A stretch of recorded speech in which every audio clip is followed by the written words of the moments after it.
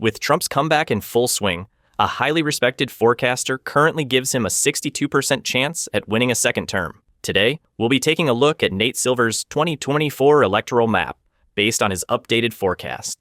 Nate Silver was the head of 538 for over a decade and is one of the most well-known election forecasters out there. Looking at how the odds have changed for both of the major party candidates, Trump was behind Harris throughout nearly the entirety of the month of August, but he has now taken a significant lead and is the clear favorite to win the Electoral College. So, we're going to start off on our map by filling in the safe states. These are states that Nate Silver gives Kamala Harris or Donald Trump a 99% chance or more of winning. Starting off with the safe blue states on the West Coast, we only have California. We also have Illinois. And then in the Northeast, New York, Vermont, Massachusetts, Maryland, and the District of Columbia. This will give her just 128 electoral votes. For Donald Trump, though, we have a significantly longer list of solid states: Utah, Idaho, Wyoming, North and South Dakota, all of Nebraska except the 2nd District, Kansas, Oklahoma, Missouri, Arkansas, Louisiana, Alabama, Tennessee, Kentucky, West Virginia, and Indiana, totaling 103 electoral votes. We'll now be moving on to filling in the likely states. States where either candidate has between an 80 to a 99% chance at winning. These states will still clearly favor one candidate or the other, but they are going to be slightly more competitive than the states we've already filled in. Starting off for Kamala Harris, we have Washington and Oregon. Yes, she is going to win these states, but the margin is not going to be nearly as large as what we're going to see in California. California is going to go to Harris by somewhere around 20 to 25 points, while Washington and Oregon will definitely be in the 10 to 20 point range. We also have Colorado and New Mexico, two states that generally have been shifting to the left over the last 2 decades. Just look at the election of 2004. They both went to George W. Bush, but in 2020, Joe Biden won both Colorado and New Mexico by double-digit margins. Now, Kamala Harris is probably going to do considerably worse. She's probably going to win these states by single-digit margins, but she is nonetheless the favorite. While up in Minnesota, this is Governor Tim Walz's home state. Walz has given Harris a considerable boost here. If Tim Walz was not the Democratic vice presidential nominee, Minnesota would be significantly more competitive. But as of right now, Kamala Harris has an 84% chance of winning the state, a state that no Republican has been able to carry in a presidential election since 1972. Minnesota has the longest voting streak of voting for Democrats in presidential elections, longer than any other state on this map, because it's the only state that Ronald Reagan did not win in his 1984 landslide victory over Walter Mondale. As we continue moving east, we also have Connecticut and Rhode Island. These two states simply aren't as liberal as neighboring Massachusetts. We also have New Jersey and Delaware. Fundamentally, they are not as left-leaning as some of their neighbors. Down in Virginia, we have a state that Kamala Harris is still slightly favored in. No Republican has won the state since George W. Bush in 2004. Joe Biden carried Virginia by a double-digit margin in 2020, but just 1 year later, a Republican, Glenn Youngkin, won the state's governorship. Today, Kamala Harris barely has an 80% chance at winning, her odds set at 82%. On our map, she is going to be the slight favorite, but this is definitely going to be a key state to watch, as Joe Biden lost the lead in polling in Virginia before he dropped out. This is a state that can definitely get more competitive in the next 2 months. We also have Hawaii, where the Biden administration's handling of the Maui fires has been very unpopular. Hawaii generally is a state that is shifting to the right. In 2016, Hillary Clinton won it by 32 points. But 4 years later, in 2020, when Joe Biden shifted the entire rest of the country in favor of the Democrats, Hawaii actually voted more in favor of Trump than it did in 2016. So Hawaii will also likely be blue. Up in Maine, we have the state as a whole, where Kamala Harris has an 85% chance of winning, while in the 1st District, her odds are just under 99%. The 3 electoral votes, 2 from the at-large vote and 1 from the 1st District, will all go to the sitting vice president. So right now it might seem like Harris is doing really well, but honestly, if you look at this map, barely any remaining states are going to go in her favor. We're now going to fill in the likely Trump states where he has an 80 to 99% chance of winning, and we're going to get the most obvious ones out of the way. I mean, Montana, Mississippi, South Carolina, and Alaska, there's no doubt these states are going to go to the former president for a 3rd time in a row. he's probably going to win them all by 15 points or more. But on a fundamental level, they are slightly less conservative than states like Missouri, Wyoming, Indiana, or West Virginia. We do have quite a few more likely states for Trump, beginning in the Midwest with Iowa and Ohio, two states that Trump first flipped in favor of the GOP 8 years ago. Iowa, he won by 9 points, Ohio by 8, but in 2012, Barack Obama won these states by pretty considerable margins, so they really took a huge leap towards the right 8 years ago. In 2016, Donald Trump had a huge impact on the Midwest. This was the Midwest in 2012. Every single state was blue except for Indiana. Go back to 2008, and every single Midwestern state voted for the Democratic nominee. This was a very good election year for Barack Obama and the Democrats, but in 2016, the election was pretty close, and Trump managed to win every single Midwest state except for Illinois and Minnesota. In Minnesota, he came so close to flipping it.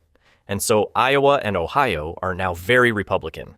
In 2020, Trump won them by nearly the same margin when everybody expected these two states to be significantly more competitive. The Republican governors were re-elected in 2022 by solid 20-point margins. And according to Nate Sila's forecast, Trump has a 95% chance of winning Iowa and a 97% chance of winning the Buckeye state of Ohio, so they're also going to be placed into the likely red category. We also do have Texas and Florida, a combined 70 electoral votes, two big prizes for Republicans. In the past, Texas was still a red state.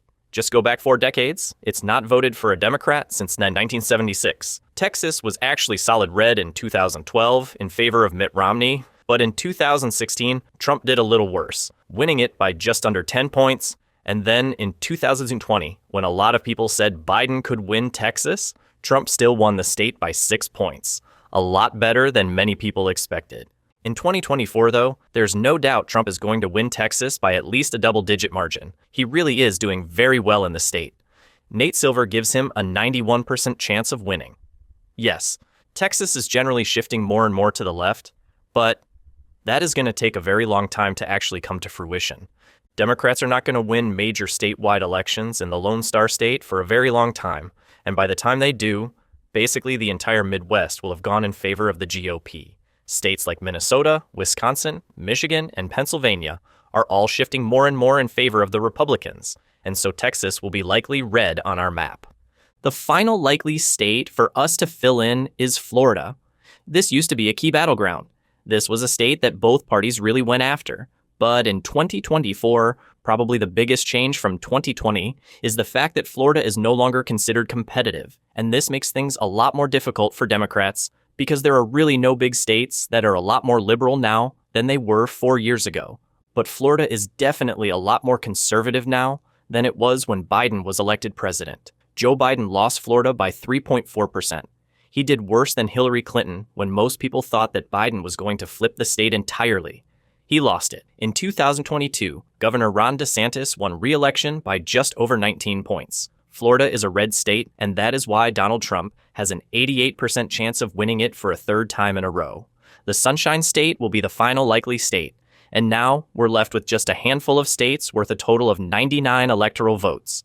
We're now going to fill in the lean states, where Harris and Trump have between a 60% to 80% chance of winning.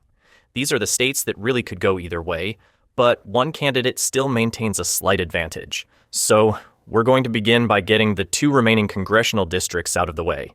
Trump is the favorite in the 2nd District of Maine, while Harris has a slight lead in the 2nd District of Nebraska. For the vice president, though, she only has 1 remaining lean state on this map, and that is New Hampshire. 4 electoral votes. 4 votes that Hillary Clinton almost lost 8 years ago in 2016 when New Hampshire was the 2nd closest state in the entire country, behind only Michigan. The Granite State today, though, does favor Democrats slightly more. Looking at the odds for Harris, she has a 70% chance of winning. That's good, but honestly, not too great considering Trump has a 1 in 3 chance of winning a state he has never won before. We're now left with just the Big 7. It is these 7 states that are going to decide the outcome of this election. Some lean a little bit more toward the right, some a little bit more toward the left, but there's no doubt that these states can truly go either way and are toss-ups. So, we're going to start off in North Carolina, 16 electoral votes. Donald Trump is the slight favorite here. He has a 75% chance of winning, 3 in 4. That is definitely very, very good, but it is not impossible for Harris to win. However, I would definitely argue that it's very unlikely she'll flip the Tar Heel state. Democrats have only won North Carolina once since 1976, and that was Barack Obama in 2008, which was a very, very good year for the Democratic Party. In 2020, everybody thought Joe Biden was going to win North Carolina. Nobody thought that he was going to do better in Georgia, which was seen as the more conservative state. Trump's margin in North Carolina was 1.3%, which was surprisingly good, considering the polling average throughout the entirety of the 2020 election cycle showed that he was going to lose. So, on our map, North Carolina is going to be the first lean red state. We also have neighboring Georgia, where Kamala Harris has just a 33% chance of winning. Trump's odds sit at 2 and 3. He's definitely the favorite to win back the Peach State, which Joe Biden won by a very narrow margin in 2020, 0.24%. This was the closest state in the entire country. The margin is just so small. I mean, Donald Trump doesn't need to do much to be able to win back such a small portion of the electorate. Kamala Harris is doing significantly worse right now in polling and just in terms of general enthusiasm compared to Biden 4 years ago. Joe Biden was destroying Trump in the polls.